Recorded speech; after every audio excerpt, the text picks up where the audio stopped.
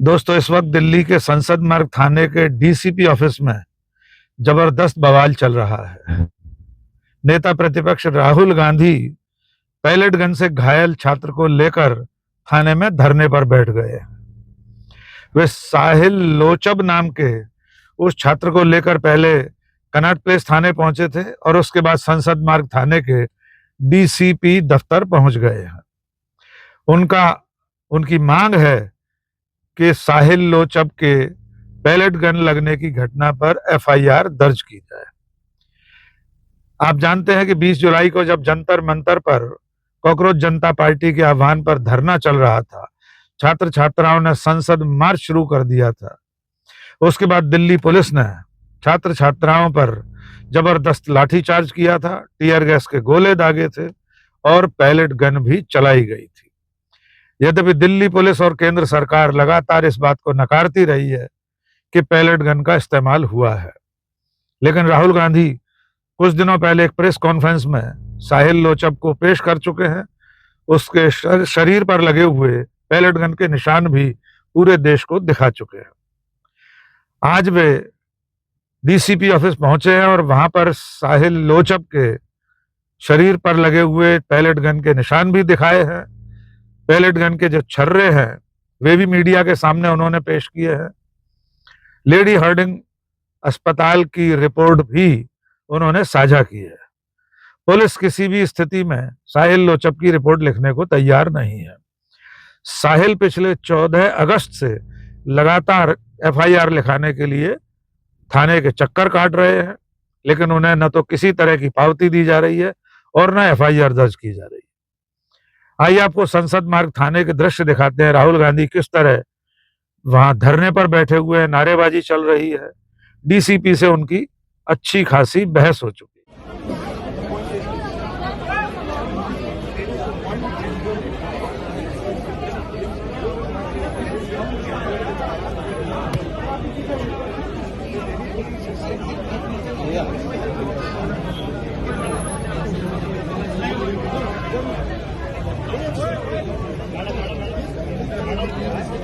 आशीष आशीष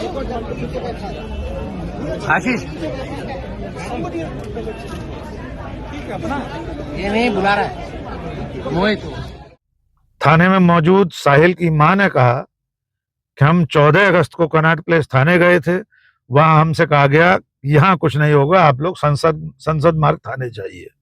उसके बाद ये लोग संसद मार्ग थाने पहुंचे, वहां भी इनको टरका दिया गया। इनकी कोई एफआईआर, कोई शिकायत दर्ज नहीं की गई। किसी भी तरह की रपट लिखने को पुलिस तैयार नहीं हुई। उसके बाद आज कांग्रेस नेता राहुल गांधी तमाम कार्यकर्ताओं के साथ साहिल लोचब, उसकी मां और उसके वकील को लेकर कनॉट प्लेस थाने पहुंचे और उसके बाद संसद मार्ग थाने पहुंचे हुए हैं। कुछ और दृश्य भी देख लीजिए।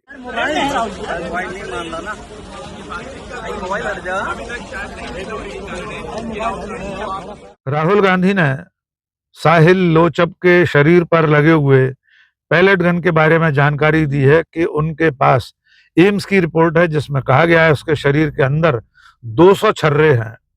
उसकी आंख में 3 छर्रे लगे हैं जिससे उसकी आंख की रोशनी चली गई है। उसके दिल के पास भी छर्रे हैं जिन्हें सर्जरी के जरिए भी छुआ नहीं या निकाला नहीं जा सकता। अगर आपने पैलेट गन नहीं चलाई तो फिर किसने चलाई? क्या उसने खुद ही अपने ऊपर पैलेट गन चला ली?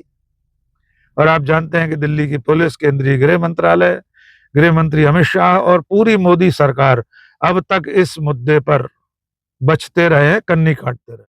आप जानते हैं कि हाल ही में जो संसद का सत्र समाप्त हुआ है उसमें भी राहुल गांधी लगातार इस मुद्दे पर आंदोलन करते रहे। प्रधानमंत्री आवास पर धरना दे चुके हैं। संसद में गृह मंत्री और प्रधानमंत्री के आने के लिए वे लगातार आवाज उठाते रहे।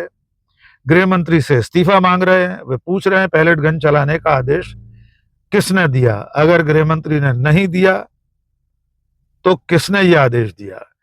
पैलेट गन चलने की जानकारी अगर गृह मंत्री को नहीं थी तो ये उनकी नाकामी है, अयोग्यता है, और अगर जानकारी थी तो वे पैलेट गन चलाने के दोषी हैं।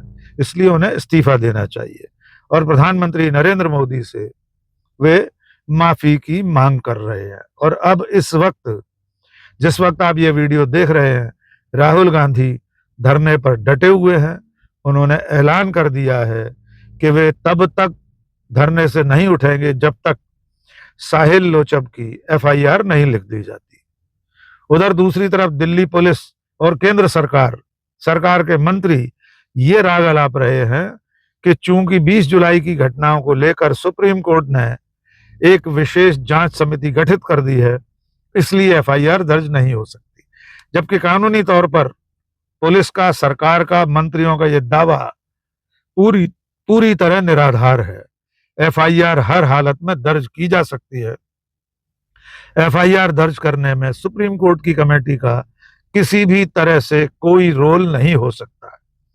देखना होगा कि राहुल गांधी कब तक धरने पर बैठे रहते हैं। वहां पर इस वक्त संसद मार्ग थाने के डीसीपी ऑफिस के सामने कांग्रेस के कार्यकर्ताओं की, छात्र छात्राओं की भीड़ बढ़ती जा रही है। वहां अमित शाह और नरेंद्र मोदी के खिलाफ नारेबाजी लगातार चल रही है।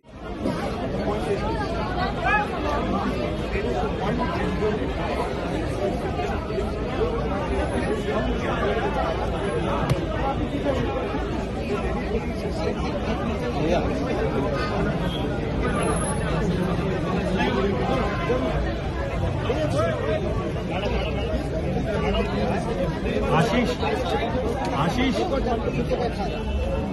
आशीष ये नहीं बुला रहा है मोहित।